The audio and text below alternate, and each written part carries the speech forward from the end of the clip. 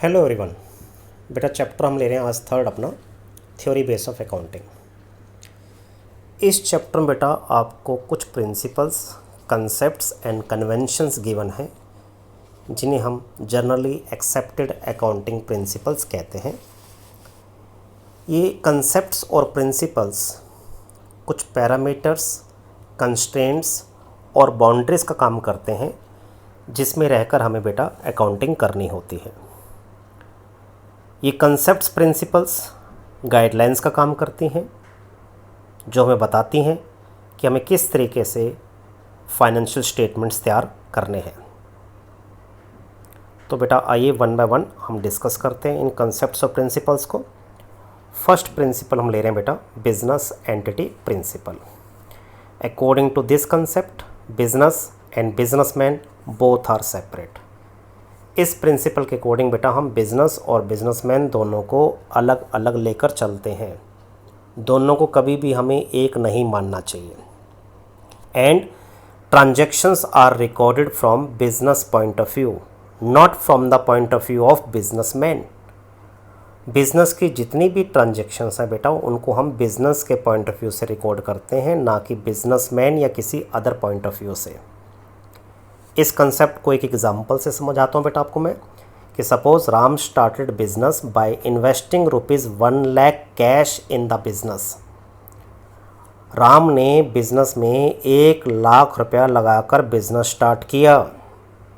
अगर आप राम के पॉइंट ऑफ व्यू को देखोगे बेटा तो आपको लगेगा कि राम के हाथ से 1 लाख रुपए का कैश जा रहा है, जो कि गलत कंसेप्ट हो जाएगा। आपको ट्रांजैक्शंस बिजनेस के पॉइंट ऑफ व्यू से रिकॉर्ड करनी है, तो बिजनेस के पॉइंट ऑफ व्यू को देखो तो आपको पता लगेगा कि 1 लाख रुपए का कैश बिजनेस में आ रहा है। तो आपने बिजनेस पॉइंट ऑफ व्यू से ही ट्रांजैक्शंस को रिकॉर्ड करना है, ना कि बिजनेसमैन या किसी अदर पॉइंट ऑफ व्यू से। एंड बेटा amount invested by the proprietor in the business which is known as capital is also the liability of business. जो अमाउंट बिजनेसमैन के द्वारा बिजनेस में इन्वेस्ट की जाती है, जिसको हम कैपिटल कहते हैं, वो कैपिटल भी बिजनेस की लायबिलिटी होती है। And business allow interest on this capital only because of the principle of business entity principle.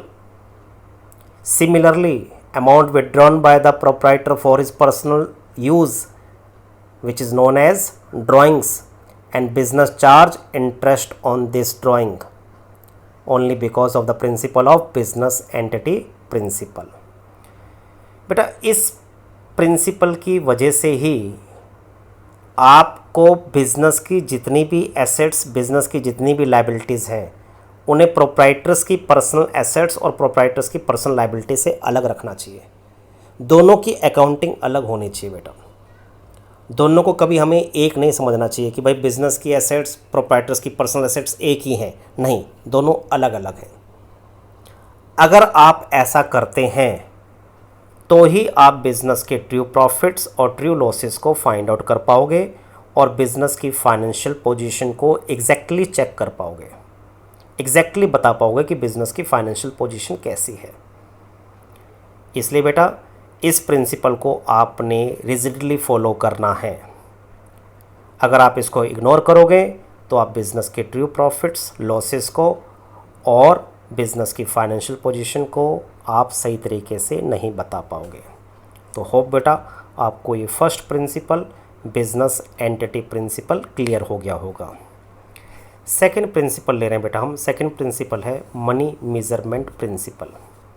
According to this concept only those transactions and events are recorded in accounting which are capable of being expressed in terms of money।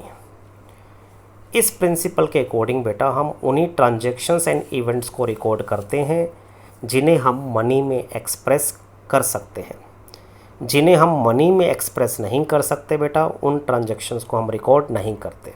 मैंने आपको बता रखा है transactions 2 तरह की होती हैं बेटा, financial transactions and non financial transactions.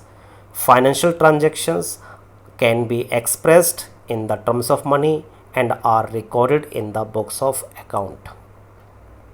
non-financial transactions like strike by workers, the quarrel between production manager and sales manager, resigned by an efficient employee, increase in the competition level in the market, etc. etc.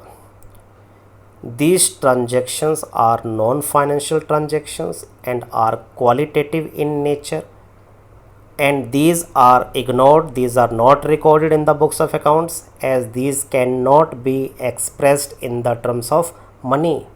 Although these transactions have very much impact on the profitability and growth of the business, but these are ignored, as these cannot be expressed in the terms of money. तो बेटा transactions को हम तभी record करेंगे जब हम उनको money में एक्सप्रेस कर सकते हैं। एक एग्जाम्पल के थ्रू अगर हम बात करें कि भाई किसी एंटरप्राइज के पास, किसी एंटिटी के पास, किसी बिजनेस के पास कुछ एसेट्स हैं। एसेट्स कैसे हैं बेटा?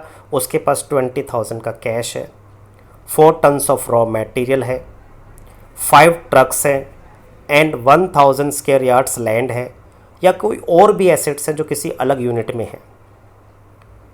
इन सभी एसेट्स को जब तक आप इनकी मॉनेटरी वैल्यू इनकी चेक नहीं कर लेते, इनकी मॉनेटरी वैल्यू क्या है, मनी में वैल्यू कितनी है, तब तक आप इन्हें बुक्स ऑफ अकाउंट्स में रिकॉर्ड नहीं कर सकते। ठीक है बेटा, तो होप आपको ये क्लियर है कि हम इस प्रिंसिपल्स में ट्रांजैक्शंस इवेंट्स को कैसे रिकॉर्ड करते हैं। सिर्फ मनी में रिकॉर्ड करते हैं और उन्हीं ट्रांजैक्शन इवेंट्स को रिकॉर्ड करते हैं जिन्हें हम मनी में एक्सप्रेस कर सकते हैं। तो होप बेटा आपको ये 2 प्रिंसिपल पूरे अच्छे ढंग से क्लियर हो गए होंगे। नेक्स्ट वीडियो लेसन में मैं आपके पास कुछ और प्रिंसिपल आपके साथ डिस्कस करूँगा। थैंक यू बेटा and have a nice day.